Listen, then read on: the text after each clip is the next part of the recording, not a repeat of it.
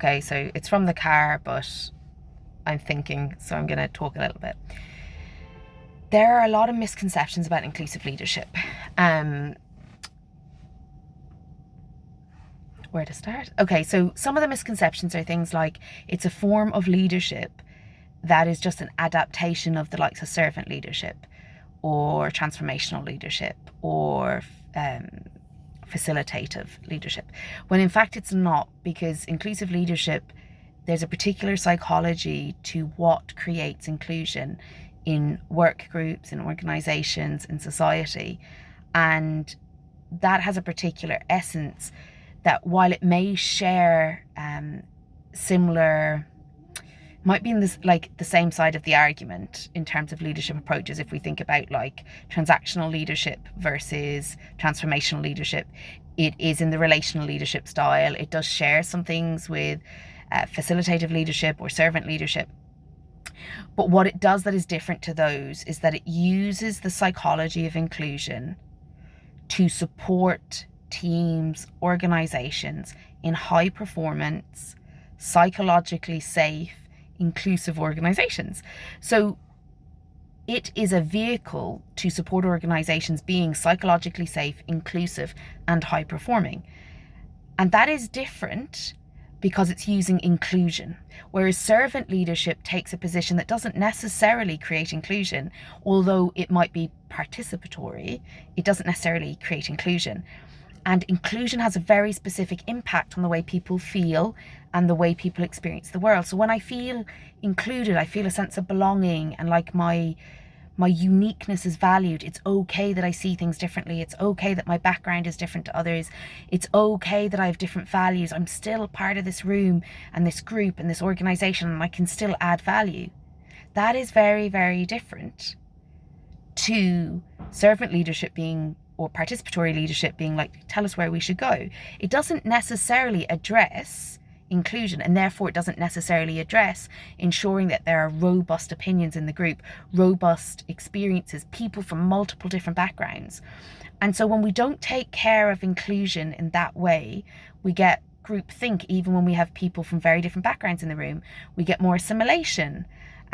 We get more people kind of like elbowing and being competitive because they're not really sharing a goal or a target. So inclusive leadership is often categorized as like a soft leadership, or if I'm kind, that's enough, but it's not. There's an art and a science to it. Now, on top of that, there is a difference between intending to be inclusive and people experiencing you as inclusive. In other words, the impact that you're having. And when people don't understand that, most people don't. When I talk to most people, they talk about their intentions. They haven't necessarily measured the impact that they're having. And when you think about this and you talk about this, what happens is most people think they're inclusive. When you train people to be inclusive, they start to figure out they're not as inclusive as they think. And so it turns out that people who are actually practicing inclusion are more aware of how they're exclusive than those who aren't. So what that means is that a lot of the time, when I ask somebody if you're an inclusive leader and they say they are, it usually raises the question for me around, how do you know? And usually what I hear is intention, not impact. Whereas if I ask somebody, are you an inclusive leader? And they say, I try to be, I use these practices, this is the kind of feedback I get, these are the impacts that I have, I think I might be more inclusive than I used to be, but I might now understand inclusion differently. So I also know that I'm less inclusive than I used to think I was. And so inclusive leadership has a complexity to it. It needs to use an art of application. How do you apply the science and the research to practice? But also, how do you think about inclusion? Because a lot of the training about inclusion at the moment is actually attempting to get us to think the same. So they're using methods, some people, not all, but often the training to be inclusive is telling you what is good or bad, but not necessarily evidenced and not necessarily about behaviours. It's a lot of the time about preferences and opinions, but based on what people believe would help inclusion. And sometimes it's kind of attempting to get people to think the same, to use the same language, to view the world in the same way, which is inherently exclusive and oppressive. What's inclusive is understanding that we're not all going to think the same, and we shouldn't, that we all won't have the same personal values, and we don't need to, and that we will all have different worldviews that are really valuable to the conversation and can create more of a robust outcome at work if we know how to use inclusive practices so that we can manage the tensions of differences, and we can manage the desire sometimes to dominate so that our point of view, or a point of view, or a perspective, or a political perspective is the dominant perspective.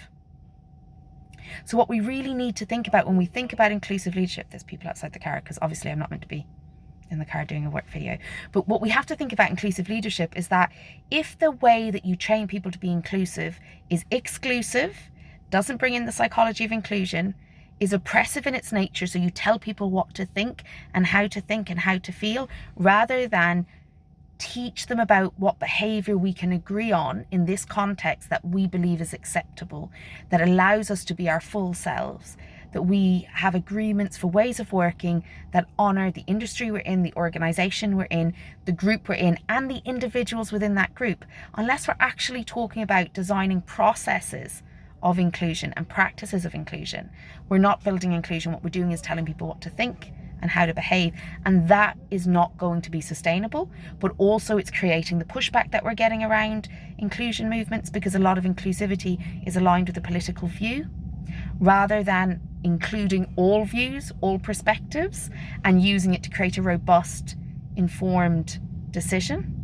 And in an organization, you can have values for the organization. So these are the things you're going to use to make decisions in your organization.